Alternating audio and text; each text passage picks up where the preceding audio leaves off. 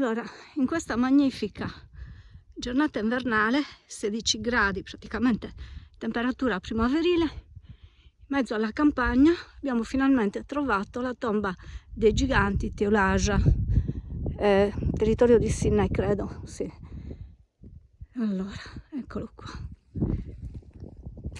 Si vede l'esedra, quello che rimane. La tomba è molto danneggiata. Si vede il vano funerario.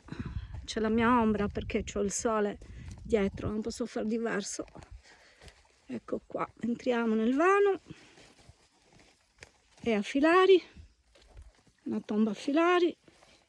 La copertura è crollata completamente.